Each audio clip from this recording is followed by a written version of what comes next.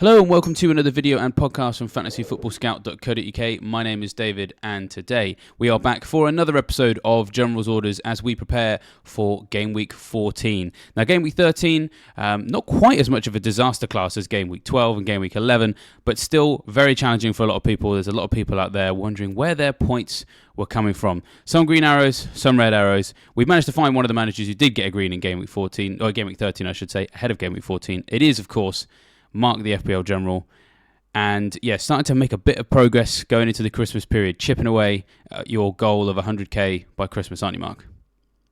Yeah, hi David. Good to be back for another video. It was a good game week. I remember when we were talking last week going into it, we had low expectations, as did many managers. When you look at those fixtures on paper, they were quite tricky. Was going to roll a transfer, ended up making a move, which we'll talk about later. But yeah, good to come. I think it was a small green arrow, maybe 20k rise, which I will take all day long in what I thought was going to be an even worse game week than it was for, player points and stuff like that. So good to come through it without any damage done. And yeah, very excited for this very, very busy December period. 7 deadlines. It's going to be a lot of fun. Hopefully a lot of fun. It could be a lot of pain, of course. It's FPL at the end of the day, but at least we're excited before it all starts. And this, of course, is the last episode of November, and we've also had the last international break out of the way as well. Now we've got all of that out of the way, hopefully with all of the injuries in the distance, although, I mean, they're not quite so far in the rearview mirror yet, because some of us still have some flags, not quite as many as last week. Hopefully we can head into a Christmas period where that just churn of game weeks every week is just going to always give us an opportunity to come back from the very worst result of the previous game week very quickly. Or I suppose alternatively, pride cometh before a fall. You might have a good game week and then a poor one. So there's just a different shift in gear now, isn't there? Yeah, it's going to ramp up big time. It's going to be, thick and fast, especially we're going into now the 3 game weeks in the space of about 7 or 8 days. So you've got to be on the ball in terms of, at least have a loose plan of transfers and stuff like that. And you're going to have a lot less time to make decisions, which for some people is a good thing. Some others, like me, like to have that full week to make a decision and to kind of assess everything from the week before. It's obviously harder to catch up on the games from the weekend and watch all the highlights when the deadlines are coming thick and fast. So I always find this quite a tricky little period, especially these first 3 game weeks, weekend, midweek, weekend. So if we can get through those, then it's a little bit easier after that. That's right. I mean, these next 3 are kind of like a dry run for Christmas, where you get 3 in quick succession, then we go back to the usual model for, I think, 2 game week deadlines, I think it is. And then, of course, I think we have another 3 between sort of Christmas Eve and the New Year. And, of course, the end of that wildcard period as well. Me and you both have our wildcards still intact. We're obviously going to talk about our longer-term plans when we come into our teams as well. But, yeah, there's a lot of talk about strategy now as well. I mean, even if people have used their wildcards as talk of the free hit in Game Week 18, for example, Game Week 18 is on the horizon. And again, I'm spoiling the whole show. I mean, there's stuff we're going to talk about later. But, it's not just a Christmas period. It's a Christmas period with a blank right in the middle of it, isn't it? Yeah, it's tricky. The blank is a spanner. It would have been a lot easier to go into this Christmas period without that. And it's certainly an interesting time for those with and without wildcards, obviously coming at it from different angles, and something I'm looking forward to chatting to you about, because to be honest, until this point, I haven't given Blank Game Week 18 too much thought. So I think it's about time we start to do so. Yeah, it's going to be really, really cool. Finally, I won't be the only one banging on about it in all the videos. So everyone else who's heard me like a broken record for weeks, they can start getting frustrated with all the other content creators who've joined the Blank Game Week 18 party. It's nice of you to join me here. It's been very lonely, but it's about time I had some guests over. We'll get out some crisps and we can start munching on them. Before we get on to that, as ever, we've got a bit of housekeeping to do, and a little bit more than usual at the moment, because, of course, it is that time of year when there are deals left, right, and centre, and we've got quite a few at Fantasy Football Scout. First things first, we've got membership offers at the moment. So there's a Black Friday deal on at the moment that has been extended into this week, ends sometime later this week. If you sign up as a Black Friday member for Fantasy Football Scout, then you will get yourself a 7-day free trial and a free gift worth up to £12 from Good Team on Paper. They do some fantastic prints and designs and things like that. And of course, if this is, as I always say, and I've said on a lot of these videos, this is the time of year when you get your Christmas shopping in, right? So if you haven't got something for your dad yet and you want to get something really cool, football themed, some kind of poster or print, something like that, then they are a great place to go. I am definitely going to check out their West Ham selection for the father in my life, of course. And of course, the other thing is that you get this 7-day free trial with Fantasy Football Scout as well. So this deal basically costs you nothing. And you will either end up with a free gift and 7 free days of Scout membership, or you will end up with a free gift and you'll then want to sign up afterwards because you found it so useful. And without wanting to make this the shopping channel, we also have a merchandise announcement as well. We've got a new website, www.fantasyfootballmerch.co.uk. We've got hats, beanies, caps, all kinds of hats really, to be honest. T-shirts, mugs, jumpers, all with some really cool fantasy designs on as well. And if you use the code BlackFriday25, you can get a 25% discount when you check out as well. Now, speaking of checking out, hopefully Mark didn't check out just then because I have subjected him to an absolute sales pitch. So let's bring this back down to earth with how Mark got on in game week 13. 51 points. As you mentioned, it's a green arrow, not a huge one, but not a small one either. About 20k places. He's up to 157,960 as his overall rank at the moment. So talk us through, and for the benefit of the podcast listeners, let us know, who you had and what points they scored as well. Yeah, you were talking about merch there, and I'm just thinking I need to put in an order at Scout for a T-shirt of some kind with Anthony Gordon on the front, because he's basically been carrying the troops recently. He's been taking over quite nicely. Basically, if it wasn't for Anthony Gordon in Game Week 13, it would probably have been probably a nasty enough red arrow. The 13-pointer from him was very welcome. So, audio listeners, the team: Johnson with a 1-pointer, Cash with 0, Gabriel with another clean sheet. Every clean sheet from Gabriel is very satisfying because he's been there since game week 1. We suffered through the pain and we're finally getting some points now. Shimaka's blanked against City. That was expected. I sold Jared Bowen, so I wasn't really sure what to do with Bowen. There wasn't any clarity on whether he was going to be available or not. On Friday, I felt there was maybe a decent chance he might actually turn up at the weekend. But because I have no bench, I got 4 0-pointers on my bench, so that tells you how bad it is. I didn't want to go into a scenario where if Bowen didn't turn up, I didn't want any of my bench players coming in, like Augusto and Bayer. I couldn't rely on them, so I just made the transfer. I was excited about owning Eze all week anyway, so even when there was a few more positive Bowen comments on Friday, I just stuck to the plan. I was in Ireland. I was at a wedding. I wanted to stop thinking about it on Friday evening so I could enjoy my weekend. I didn't bother waiting for any further updates on Saturday, so I just made the move, and of course that did not work out. I actually missed the live action on Saturday, and I watched Match of the Day after the wedding without any knowledge of the results. And when the Palace game was on, I was watching it and I was like, where's Eze? Why is he no longer on the pitch? I know he started the game. So I was actually quite fearful that it was a red card because I couldn't see him, but an injury and probably a transfer out later this week. Elsewhere, Son blanked, scored a hat-trick of offside goals, not exactly what we want to see.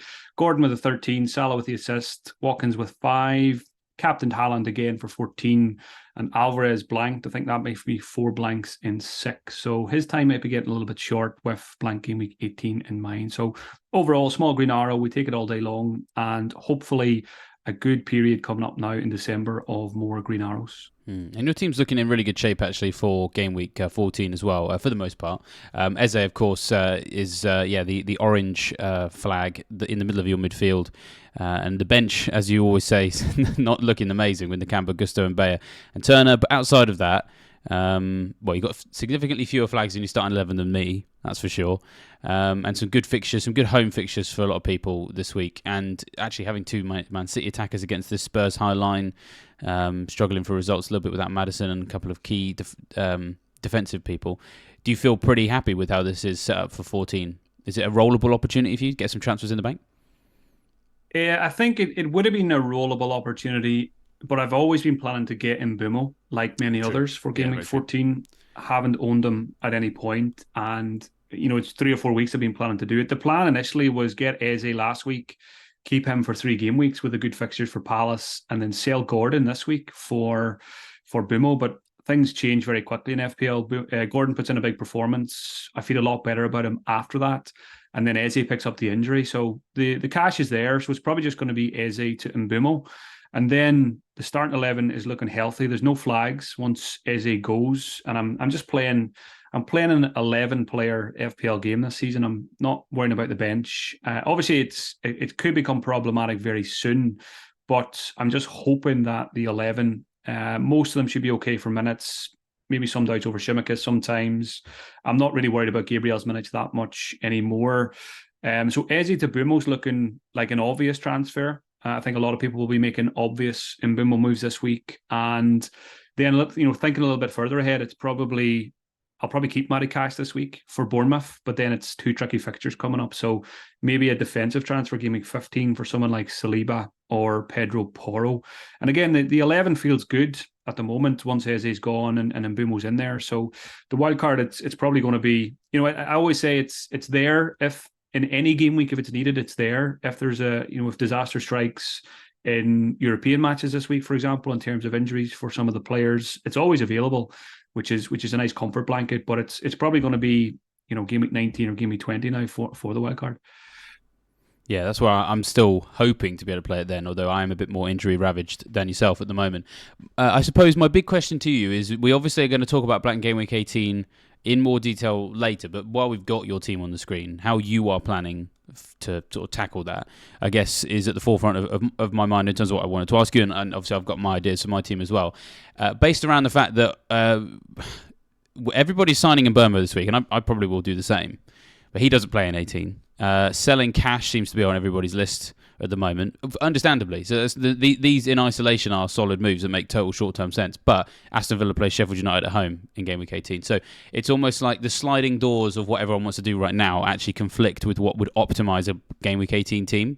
So how in your mind are you sort of marrying those two kind of conflicting ideas up? Because, I mean, they make total sense, and I may do similar things, but when 18 comes along, what's the plan? Yeah, I probably, compared to maybe some other content creators, I play FPL a lot more kind of short term than long term. I don't do a huge amount of long term planning. And maybe it's a slight weakness in my game that I don't look too far ahead, because I just know how quickly things change. The Gordon to Mbeumo, but now Eze to Mbeumo transfer is a good example in the space of a week. So I really haven't been given 18 too much thought. And part of the reason as well is I just don't think it's worth worrying about too much. It's just one game week, and I would much rather, do really well over the next 3 game weeks or 4 game weeks before that. And if I take, a bit of a red arrow in game week 18, that wouldn't really bother me too much. So I'm trying not to get, in previous seasons, like almost every FPL manager, I've been guilty of falling into the trap of, focusing too much on one game week. And, if there's a couple of teams missing, every transfer you make for 3 or 4 weeks beforehand is geared towards one game week to make sure you have 11 decent players on the pitch. But I'm trying not to do that too much. It's not going to stop me from buying Mbeumo this week. The kind of loose plan would be Mbeumo can come in now and he can go again in 17 or 18.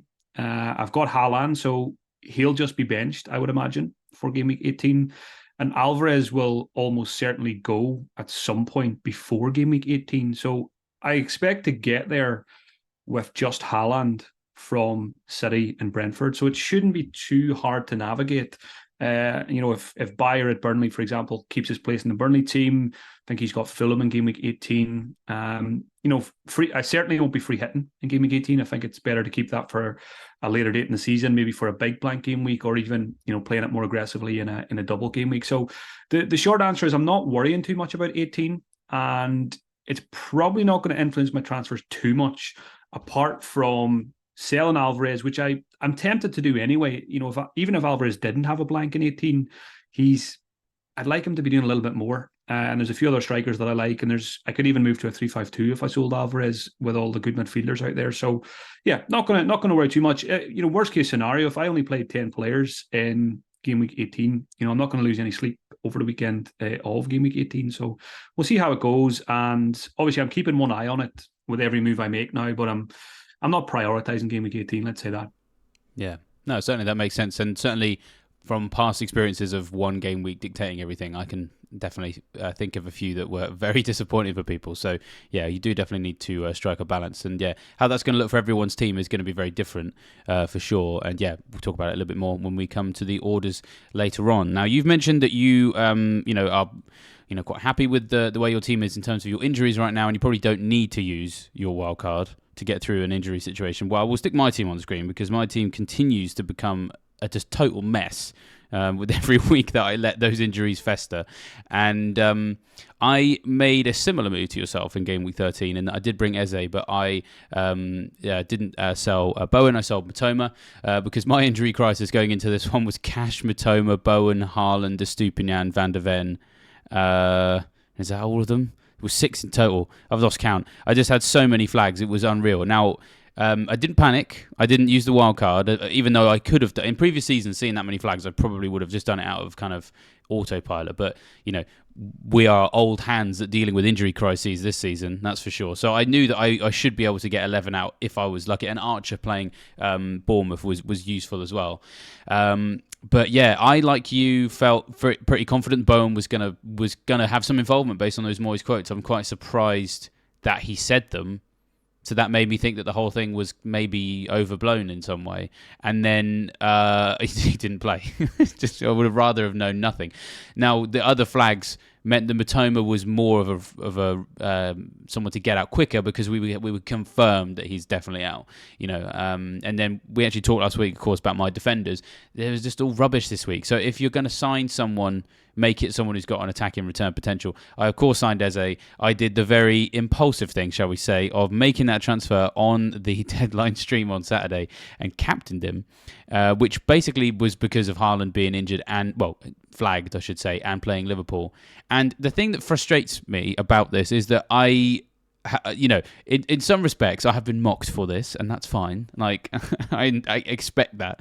But some people, in fact, on Saturday were very, very kind, very sweet. They sent me some messages like, "Oh, someone should just check how he's doing, see if he's doing okay." Oh, that's very sweet. Honestly, worse things have happened in my life than my captain going wrong, so it's all good. It's all good. But the thing that's frustrating is that exactly what came out of Haaland was kind of what I was expecting and influenced the captaincy decision. I kind of expected one attacking return, and had Eze not got injured, and it was entirely possible it could have come off. So it's kind of frustrating, not because I honestly don't feel like an idiot. There will be some people who think I should feel like an idiot, but I don't. I just feel disappointed at something that could have been. And also at the same time, I suppose I should argue that I have been getting a lot of jam this year. So it was about time that I got unlucky, because I think I was with this, because we couldn't necessarily see the injury coming. So yeah, you've only just seen my team. As you said, you only just saw it before we came on, and you raised some eyebrows on my captain selection. Am I a fool, or am I a bit unlucky, or something, a bit of both? It was more, I raised my eyebrows because I don't think I expected you to even sign Eze. I wasn't sure if you spoke about him that much last week. But then to see the armband on him as well, that was a bit of a surprise. But again, it's fixture. If we play the fixtures, there was a reason we brought him in, and he was a captaincy candidate because of the fixture. And I know it's easy to say this now, but I feel like if he's played 90 minutes, he would have got something in that fixture. Palace were pretty decent in attack, and he had a couple of opportunities early on. It's a good save from the goalkeeper. He has the penalties as well, so who knows? Yeah. On another day, you do very well out of Eze, and if there's ever a week to go against Haaland, it's if he's playing against Liverpool, and it was just one attack in return, he didn't punish you with a brace or a hat trick. So I'm sure people will do similar this week. Some people might captain Mbeumo against Luton, and who knows, that might work, it might not work. But there's certainly, especially I think you're having such a good season as well, it's kind of, you're allowed to do something like that with the captaincy, and if it comes off, you're a genius. You're not only having a good season, then you're probably heading towards top 10k, top 50k if you get a big captaincy haul from Eze. So easy to say in hindsight now that it was a mistake, but I think before the game week it was he was certainly in the conversation for the armband. Yeah, and as you say, it was a moment of opportunity, and in the past I've just not taken them because I've always played a much more conservative style. And at the moment, I'm just sort of playing FPL Unchained at the moment. But if I was at a rank like 400k, I wouldn't do this. It's just because I was at 38k. It was like, why not? If this goes wrong, I probably just end up in the same boat all of my peers are.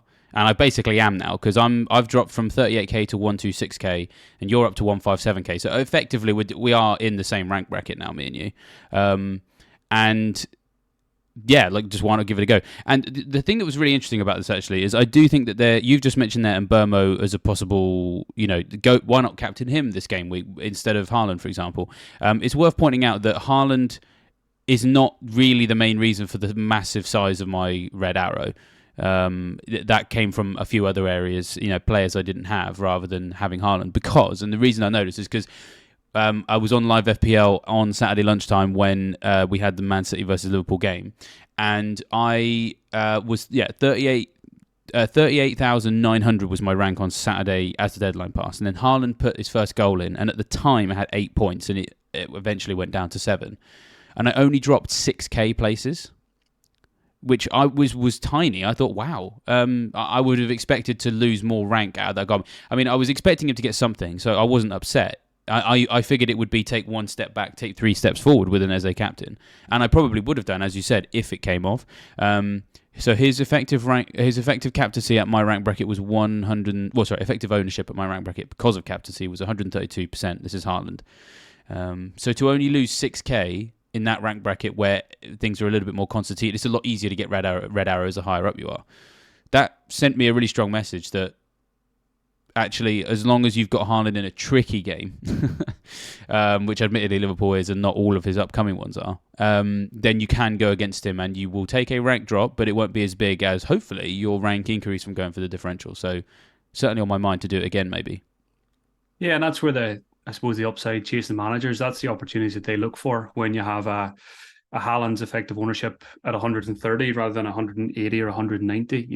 The 180s and the 190s are the weeks where you don't go against them if you don't want pain. But as you said, the pain wasn't even that bad when he got his goal and his bonus point or whatever he got. So it's worth keeping an open mind on, because we all aim for whatever ranks, top 100k, top 50k, top 10k, but it's the people who win FPL and go into top 500s and top 1000s, it's very often one or two of these gambles pay off just to give you that. If you show a bit of bravery once or twice over the course of the season, if it pays off, if you get a Haaland blank against Liverpool and even a goal and a bonus point or two from Eze, it can make a massive difference. So it's not something I'll probably do anytime soon, but if I get towards the end of the season and things are going well, or I feel like there's a gamble worth taking, for example, if you're 15k and you're trying to get to top 10k, you may as well go for it to try and get top 10k. If you fall to 49k, for me, 15k, 49k is within the same rank bracket, so there's not a huge amount of difference. So there's certainly scope for that in the future for me as well. Yeah, as you say, it's just about finding those opportunities. You don't do it every time. I'm not one of these people that is differential for the sake of it. I've never been able to stomach that strategy because I have too much FOMO about everybody else. But it's finding those moments when the crowd, in inverted commas, is going in a direction that you feel either is wrong or you feel is not going to damage you as much as it normally would. So yeah, this felt like an opportunity. And I always talk about the multiverse here. There is a parallel universe out there where the David Monday did this and he got a hat trick and he's now top of FPL. So hats off to that version of myself. Hopefully we meet each other one day in some weird kind of crossover event. So yeah, 31 points for me in Game Week 13, and this is how my team looks for 14, which is a bit annoying. So I didn't sell Bowen because I felt that there was a chance he could play. The transfer was obviously influenced by giving myself a bench so that Archer could come on for someone rather than Bowen come in for no one. So, as in terms of getting rid of Matoma. So, my team now is Johnston and Anderson going up against West Ham, which I don't massively like, going with double up there. Cash at Bournemouth is fine. Simicaz at home to Fulham, that's also fine. Saka against Wolves, also fine. Salah captaincy at the moment. And then Man City, we've talked about it earlier, kind of loosely alluded to it, at home against Spurs. I think that's a good fixture. But yeah, my team definitely feels like it's having some issues now because I now have Bowen and Eze, both orange flagged at 50% each. I've got a Stupinian and Van der Ven still on the bench because I kind of refuse to sell them until there's a good defender replacement that I can justify signing in the same week as sorting my midfield. So it's going to be hard not to use the wild card between now and 19 if it continues this way. What are your thoughts on my team right now, which I promise is not a cry for help too much? Yeah, it's obviously dependent on, a lot of it's dependent on Bowen. If you got another positive update this week, an actual positive update, and if he was available, you'd straight away, I think, be looking a lot better. Having two injured defenders on the bench, I don't think it's a huge issue. I mean, I've got Gusto and Bayer, so it's basically the same thing. They're useless whether they're injured or they're fit. So what are your early thoughts? Is it one free transfer and maybe a midfield Yeah. transfer you're thinking? Just the one. So I mean, the handy thing is Archer does have another nice fixture this week, although the fact that he couldn't even get anything against Bournemouth concerns me a little bit. It is Burnley, so then maybe it's okay. I don't know. He hasn't got any returns away from home this year, so I do have a bench option that in a real desperate scenario I would feel, and I'm going to put comfortable in inverted commas here, comfortable starting. As you say, it's kind of dependent on injury news. I kind of need one of Bowen or Eze to be ruled out so I can justify selling them for Mbeumo. Because if they're both fit, they're great options. And, Bowen has some really, really nice fixtures if he can stay fit right up into game week 18. I think their game week 18 fixture isn't amazing, West Ham, but it's quite nice on the earlier side of it. So I'd kind of like it if maybe Eze's injured and Bowen's fine, and then I'll do Eze to Mbeumo. If they're both fit, I think it's probably still Eze. But then Palace have Bournemouth in game week 15, and West Ham have Spurs. But then also Spurs right now not playing well, so it's kind of annoying because I do need Mbeumo, but I like Bowen and Eze when they're fit. So it's so dependent on the team news. I don't think your team is as bad as it might look on first glance. There's a lot of flags there, obviously, but I think it could almost fix itself this week. I think there's a decent chance. I think you get an Eze ruled out for a while, and you get a good update on Bowen. West Ham play Europe midweek, don't they? So yeah, that's true. At least there's another chance of some comments from Moyes, whether he's involved or not. I would imagine he probably won't be, but at least he'll be probably asked about him, and chance of some updates. So yeah, I think let's say Bowen is back, and let's say Mbeumo comes in for Eze.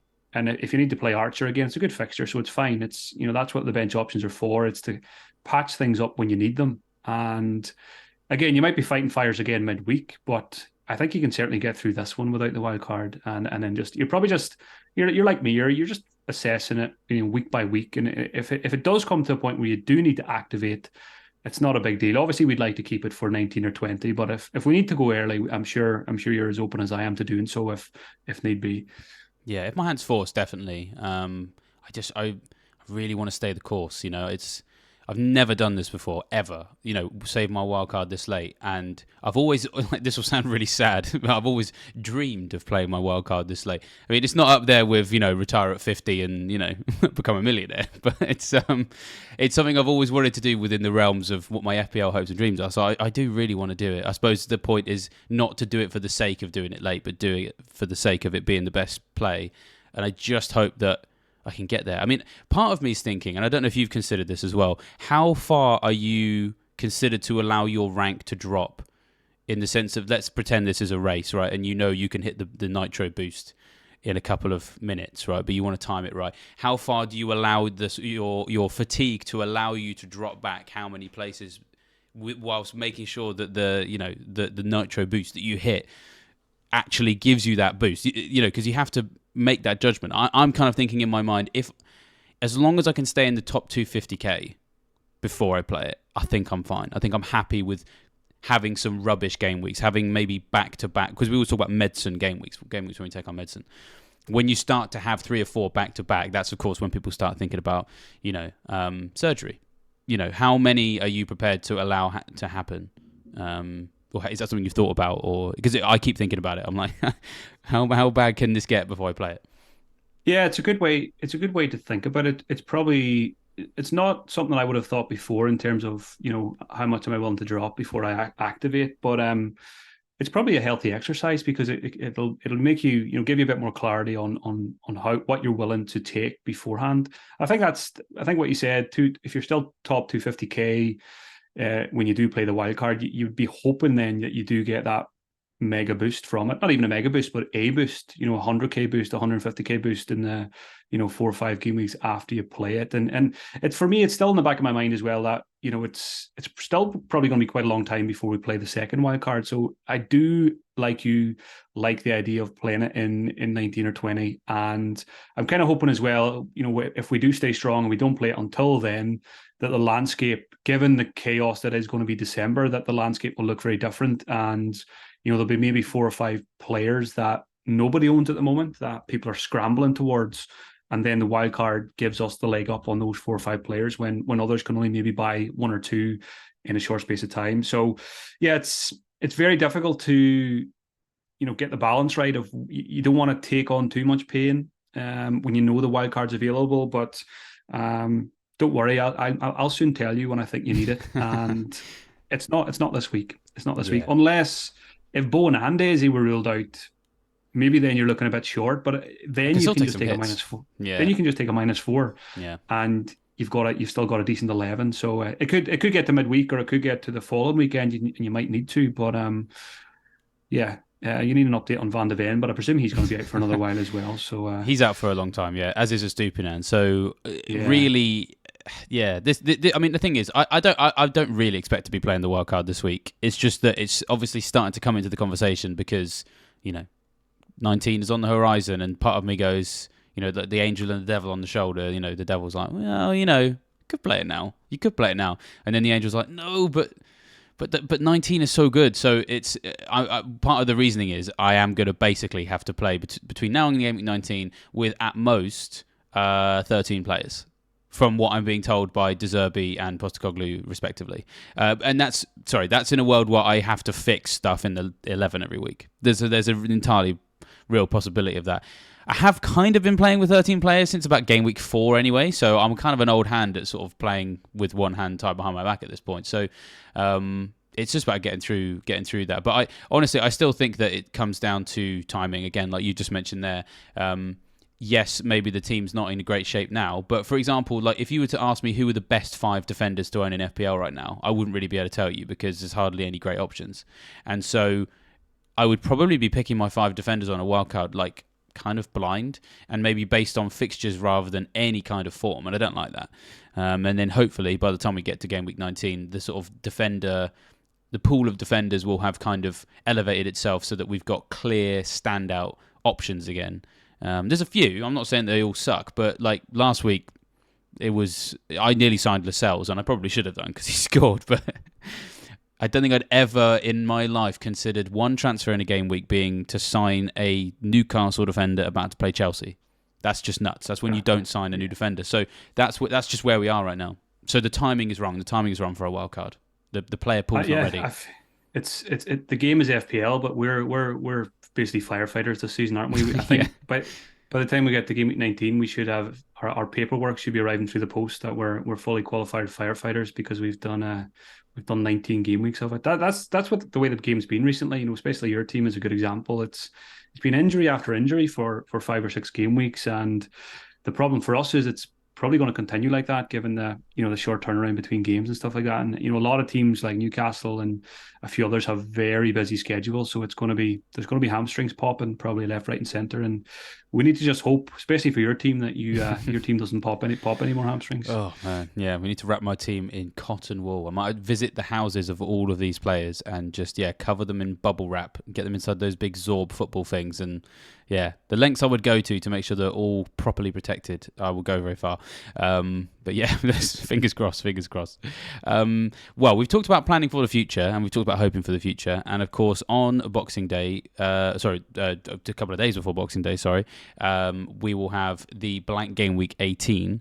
It's about time we started talking about it, he says, having already talked about it. But yeah, that's order number 1 today, isn't it, Mark?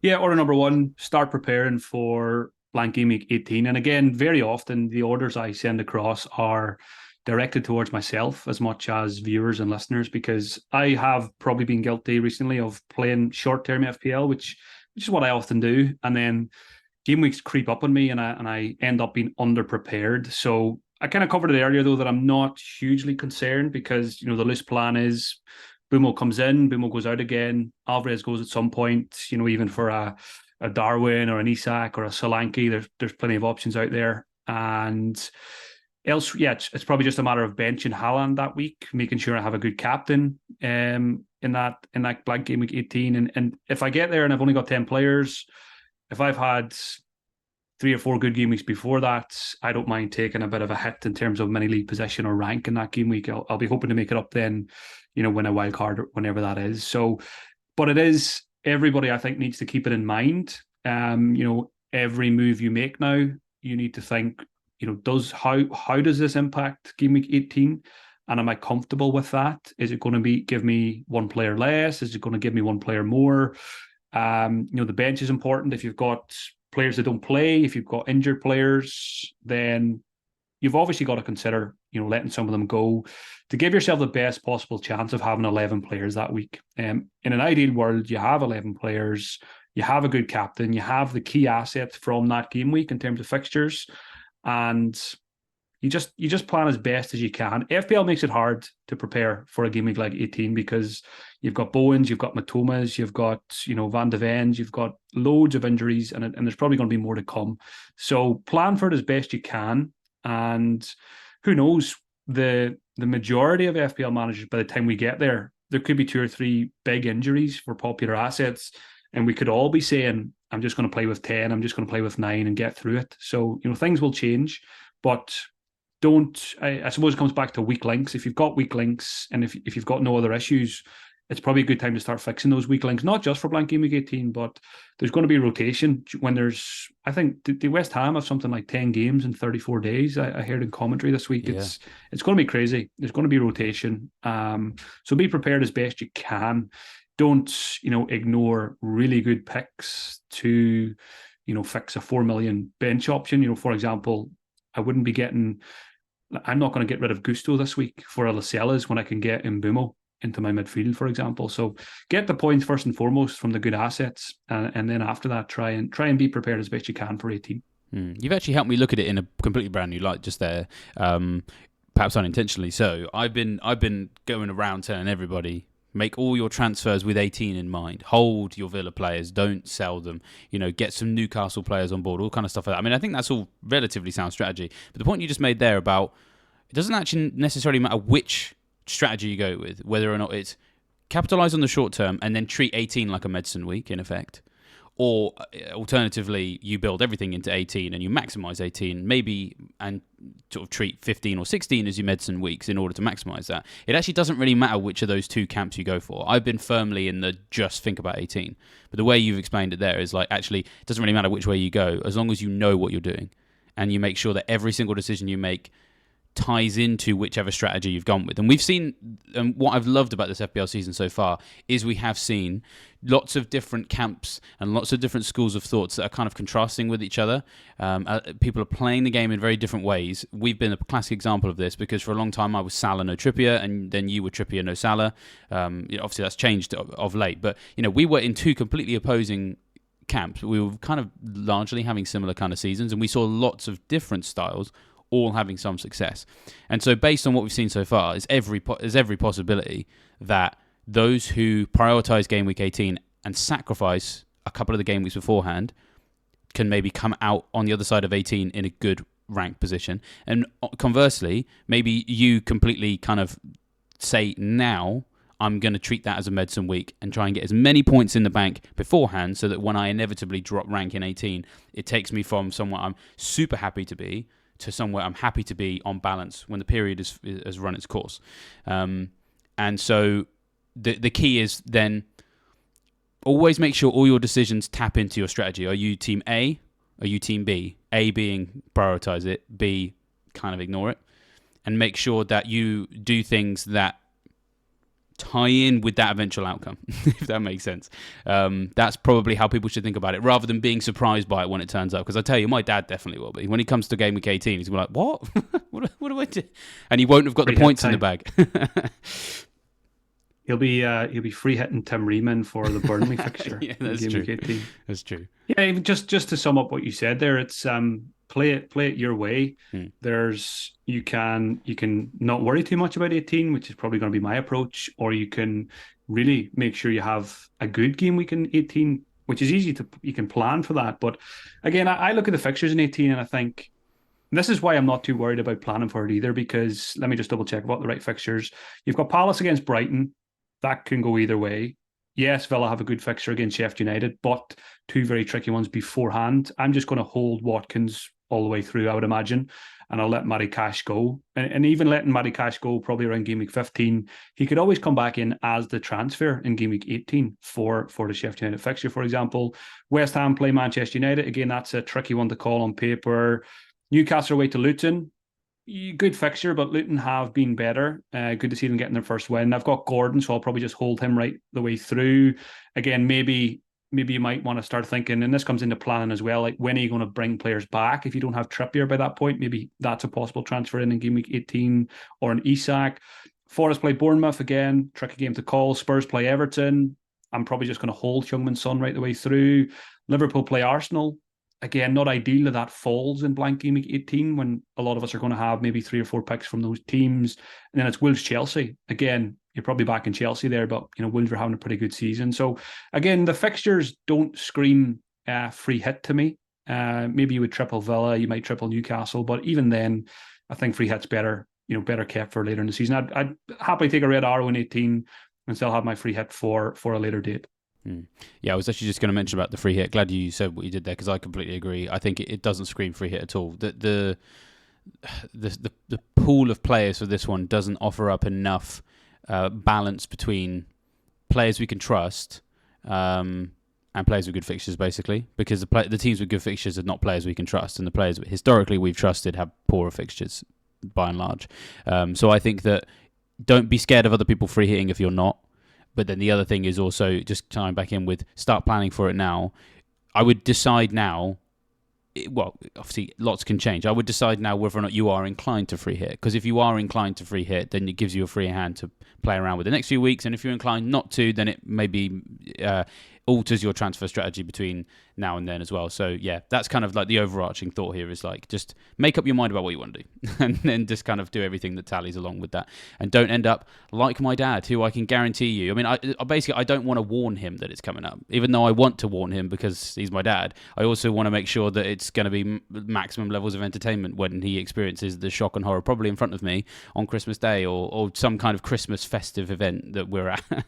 So surely the church that he goes to and his fellow church goers in the FPL Money League, surely there'll be you have your notice board with all the timings for service at Christmas. Surely there's going to be a little notice as well, just warning blank game week 18, just to inform them. I'll have a word with the people who run his church, and I won't tell him, and we'll just test how observant he is of the church notice board.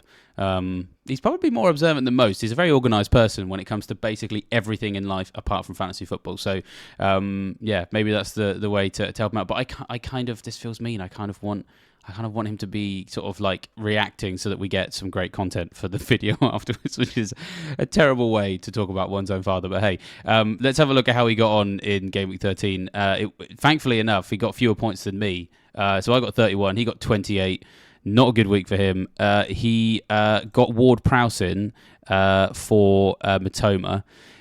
Kept hold of Bowen and started him because he felt he was going to play. But yeah, just 28 points. Johnston, White, Trippier, Zuma, Ward-Prowse, and Mbeumo, Diaby. Son captaincy, Haaland, Ferguson, and Alvarez. Like, it's not a bad team on paper, but he's had 2 really awful weeks in a row, and very sadly, he has relinquished top spot in the Church League. He's actually down to 4th. He was top, and he's dropped to 4th in one game week. 3 people, Holy Trinity perhaps, have all risen above him. And yeah, I do feel for him. And he's still got Nathan Collins as well, who's out for a long time, who was in that iconic nobody owns him except him and his mum column of defenders, from Tim Ream to Nathan Collins, and now he's injured. It's very sad. It was funny when I read a tweet to say Nathan Collins is injured. There's only one person I thought of. I was like, that's a problem for David's dad to deal with. And he doesn't even know. He wouldn't have even known about it. He would not have known about it until he signed into his app as well, which is great. I should just say, by the way, I want to say thank you to all the people that did watch the deadline stream on Saturday, because I'm not joking when I say I was inundated with people asking me what my dad's transfer was, and I never expected this at the start of the season, that the deadline is ticking away on a game week when everyone wants to know what's happened with Bowen. There was all sorts of people trying to work out who's in the Man City team. And then some people took it upon themselves. Like, you know what I need to know right now? I need to know who David's dad is signing this week. No, you don't. No, you don't, because it will be terrible. It's not a good idea. Just wait until you watch this video. And also, very kind of other people to say they even want some merch to do with my dad. When we announced last week about the new site, A couple of people. So it's not even just one person. This is more than one person. Was like, will there be any merchandise about David's dad from General's Orders? Like, wow, we've made it. We've made it. People want a hat with my He dad needs on it. he needs his own YouTube show on the Scout YouTube channel. Maybe something for 2024. Oh yeah, well, I mean, if he knew how to use a computer, then maybe. I don't know if I got the time and the patience to teach my dad how to use YouTube. I think that's just a non-starter. Although maybe it will pay me back for all those years he tried to teach me algebra and I didn't get it. So, we'll have to see. We'll have to see. Let's move on to our second order then of the day, which we've talked quite a lot about him, Bryan Mbeumo. Well, here he is on the screen right now. It's a pretty simple order, this one, isn't it, Mark? Yeah, order number 2, very simple. Buy Bryan. So buy Mr. Mbeumo. A lot of people, I think, who don't have him, they might log into the FPL website. They might look at his fixtures. They might see the blank in 18. They might also think African combinations. He's going to be away in January, but just don't worry about any of that stuff because this is one of the best FPL picks in the game this season. He's got numerous routes to points and he's got the fixtures. Luton at home, Brighton away, 0 clean sheets, I think I'm right in saying, for Brighton this season, and Sheffield United away, who gave up a lot of chances again at the weekend. So there could be plenty of goals for Brentford over the next 3 game weeks. And even Aston Villa at home in game week 17, I think is fine. So you probably give him 4 game weeks and then maybe make him the transfer out in game week 18 if you're not able to hide him on your bench for afterwards, 19 and 20 for Mbeumo, it's Wolves and Palace, and then Forest. So it's actually quite good long term if you can hide him on the bench in game week 18. Penalties, set pieces, chances from open play, right at the top, top 3, top 4 in most of the attacking metrics after 13 game weeks. So if you've got any hesitation, don't worry about it. Don't worry about 18. Just bring him in, and hopefully we'll all be enjoying his points over the next 3 or 4 game weeks. Yeah, I mean, and the thing is, his credentials this week, if it wasn't for Haaland and the Spurs' current situation, captainable as well, as you mentioned earlier on. I mean, I know that I can tell you won't do that, and that's a compliment, by the way, because we know how you play FPL, and this isn't how you play it. But and I promise I'm not asking this because I want to do something crazy on this Saturday again. But he's in the conversation, isn't he? Yeah, he is. I think he's in the top 3 possibly for captains this week. I think Haaland's always there. Salah's got a great fixture at home to Fulham, and then I would probably put Mbeumo number 3 in my captaincy options this week once he's in my team. So he certainly is. I think he's similar to Eze last week. Penalties, the fixture, he's passing the eye test. Then if someone came to me and said I'm going to captain Mbeumo this week, I'm definitely not saying don't do that because he's having a very, very good season. And I suppose comparing it with the Eze one, he obviously got the injury. And he was someone who had an injury, about a month before that particular game. So that's just, in hindsight, that was silly, right? We don't have that with Mbeumo. We sort of have all these little check boxes. And Mbeumo's fitness is fine as well. So it's better. Just on the fitness, I think there was a comment I heard on Match of the Day as well that Mbeumo has started the last 70 consecutive Premier League games. I need to double check that, but it doesn't surprise me to hear something like that. Yeah, well, absolutely. So, I mean, I was going to say, he's an absolute minute man. I didn't know what the numbers were. I mean, if that ends up being true, when confirmed, I would completely believe that because when you think about how often we've seen him play, so he very much is a more secure option there. And of course, the other thing is at home as well against Luton rather than at the Kenny. So it does hand Brentford a bit of an advantage as well. People want to go for something different. There being Salah and Haaland this week, I think I would be more of a fool to captain Mbeumo this week with that in mind, having failed with Eze last week. Probably. I think I probably should just go back to being sensible and just captain Salah. But we'll see. We'll see how crazy I feel on Saturday. Just on a side note, just for the people watching on YouTube, I hope you can still see me. I always make the mistake of forgetting to put the light on in the room when I'm recording, and the Scottish light is diminishing minute by minute. So by the end of this video, it might just be audio only, and you can't even see me. So hopefully, I'm just about still there for now. No, you're still absolutely fine. But it's worth pointing out that we do actually both record this video from pretty much opposite ends of the UK. It must be an opposite ends of the UK thing, because I'm all the way down in Plymouth, about as far away as you can get and still be in the UK from Scotland. And yeah, the light is going here as well, to the extent that I actually turned my light on before we started recording. So, so it means that as it gets darker, the room actually gets yellower, because then my light becomes more obvious. So yeah, we're old hands at having to look out the window, those of us who live at opposite ends of the UK. I'm guessing that the lighting is a little bit better outside of that. Who knows? Well, we should know, because we have people come on these shows from all parts of the country. But hey, fingers crossed, we can still see you by the end of the show, Mark, because we still have one more order. Here it is. We had Mbeumo on the screen, and now we've got an Aston Villa defender, the money man himself, Matty Cash. What's your thoughts with him? Yeah, order number 3 is cash out, and I'm going to put soon in brackets, because Bournemouth is okay this week. Bournemouth I think they're a much better attacking side now than they were at the start of the season. So I'm not really confident of an Aston Villa clean sheet. I'm never really confident of an Aston Villa clean sheet. They're a very good attacking side, but there hasn't been too many shutouts so far this season. So Cash has been pretty disappointing, very disappointing, really. I remember bringing him in as part of a 3 transfer move for a -4. My only -4 of the season involved Cash coming in and Jared Bowen coming in. Bowen did well, but Cash has not. Good underlying statistics, first 8 game weeks of the campaign, but they've tailed off big time now. He's on 4 yellow cards, I think, as well, which is a concern. And after the Bournemouth game, it's 2 very tricky fixtures. So I feel like if you've got other fires to fight this week, you can just play him against Bournemouth and then maybe look to sell him in game week 15. If you're one of the lucky managers that does not have any injury issues elsewhere in your team, I think it's absolutely fine to let him go as well ahead of the Bournemouth fixture. Off at half time with a yellow card. I think he's even a slight rotation risk now as well. There's certain systems that Emery can use. We've seen it at a couple of occasions earlier in the season, maybe more so in other competitions, where he can play Concert right back. He can start Leon Bailey, and sometimes Cash can drop out of the team. So I don't think he's a 100% sure starter anymore after the weekend. The 4 yellows, the fixtures, it's all pointing towards selling an underperforming FPL pick. The fixtures have cleared up a little bit for some of the other options as well. I still think, for my team, for example, I've got Gabriel, but I like Saliba as well. Saliba to me is even more secure than Gabriel as a pick for the busy period. Shouldn't be any, rotation or benchings for Saliba, or at least very little. And then I really like Pedro Porro as well.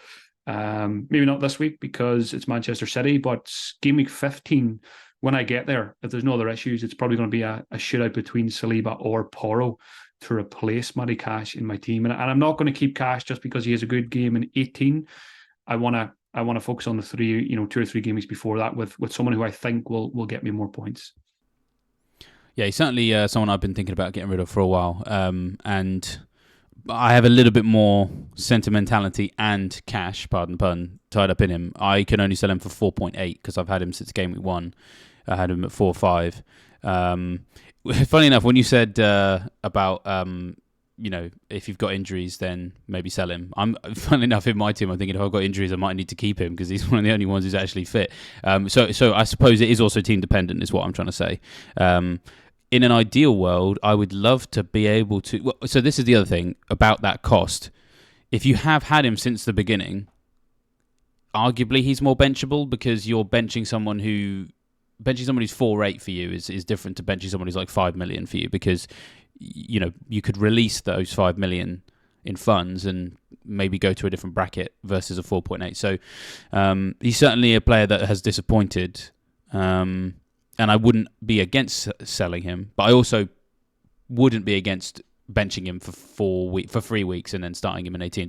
We'll just see how the landscape shifts, really. But yeah, it's set up perfectly FPL wise to everyone sells him, and then so game week 18 when we no longer have him for a very good fixture, that's when he bangs a brace. I'm pretty sure he scored a brace already this season, didn't he? So he did, yeah. That was game week 3, yeah. the FPL gods could be planning something like that for Game Week 18. I tell you what, if that happens, right, and I've kept him and I start him for Game Week 18, I want officially no comments from anyone that was jammy, okay? So I'm just going to book that in now. That was called squad management, thank you very much. But I don't know if I'm necessarily going to be able to do it. That is the other thing. But I was just having a look at how they get on at home, because this is kind of where people do kind of talk about them home versus away. And what I found really interesting, I hadn't actually noticed this until just now. From what I can see, they haven't actually kept a clean sheet at Villa Park since Game Week 2 when they beat Everton. So you are really, really needing him to get an attacking return. Yes, they did. He did get a clean sheet in Game Week 10 at home against Luton, but then the team conceded. So, that is good luck. That is good luck that he got subbed off before the goal was conceded. So you can't bank on those kind of things happening again. So when you look at it in that context, it does make it just puts more onus on him getting the attacking returns. And if there's reasons that are going to hinder that, like, for example, 2 of the next home matches being Man City and Arsenal, the fact that it's at Villa Park isn't necessarily a mitigating factor. And then have Sheffield United in Game Week 18. Guaranteed now what will happen is this could also happen, right? This could also happen. People hold him until this point because they expect him to get a clean sheet against Sheffield United. And then because of what we just talked about, they don't. And it's Cameron Archer who scores the goal when he's third on everyone's bench. That is very FPL thing to happen as well. Or what I hope happens as someone who's planning to sell him in Game Week 15, yellow card Game Week 17, and he misses Game Week 18. Yeah, no, that'll be it. I'm a cruel FPL manager. But in that same game, we get subbed off in the 59th minute, right? I would just top it off, wouldn't it? Get booked in the 58th minute, subbed off in the 59th. Clean sheet, still intact by the 60th, and then whoever they're facing, in 17, Brentford, they score in the 90th minute. That's the ultimate general ordered bit of FPL heartbreak. Maybe one day when we've retired from FPL, that's what happens to us. We go on to become FPL gods who get to decide all these crazy stories. And boy, we could cook up some pretty sinister stuff, couldn't we, Mark? Yeah, there's certainly people up there doing that already. It blows my mind how things happen sometimes in FPL. Yeah, it is crazy. Well, we're all here for it. We will probably never stop playing this game, even when it's horrible to us. So we just keep on moving. We keep on moving. And a good way to keep yourself moving, of course, is to do check out that Fantasy Football Scout membership offer as well, because lots of numbers we've talked through on this show and lots of numbers that we talk through on kind of a lot of these shows. If you want the ability to be able to sort of play around with that on your own and make some of your own decisions from some of that data and do some cool comparisons as well, then do sign up for that membership. And if also you're short a gift for your dad in your life, or just any other person who likes football gifts, then doing it now, your Scout membership, get the free gift from Good Team on Paper and the 7-day free trial. Double whammy, 2 good things, one stone there. So then also the merch site as well. Get yourself some gifts for people by going to www.fantasyfootballmerch.co.uk and using the Black Friday 25 discount code when you check out. Now, speaking of checking out, it's about time for us to do that, Mark, as we head into the next few days of preparation for Game Week 14. Some press conferences as well, hoping that we're not going to be relying so much on injury news on Friday as we have been of late, right? Yeah, hopefully it's a calmer Friday in terms of news, and hopefully everyone comes through these European games as well, because people like yourself and to a lesser extent myself, we can't really afford any more injuries because we want to keep those wild cards for later. Absolutely. Fingers crossed we can keep those in our back pocket. One last thing, of course, is to hit the like button if you enjoyed this video, or even if you didn't enjoy this video, but you generally like our content. Hit the like button anyway, because it's a great way to support the channel. It's completely free. And if you subscribe to the channel and hit that bell notification, you will not miss a thing. And we are on a mission to make sure all of our viewers are subscribers as well, so that we are doing you guys justice by bringing you content as and when you need it. But with that, we shall leave you fine folks to enjoy the rest of your preparation for Game Week 14, and we shall see you next time. Goodbye. Bye-bye.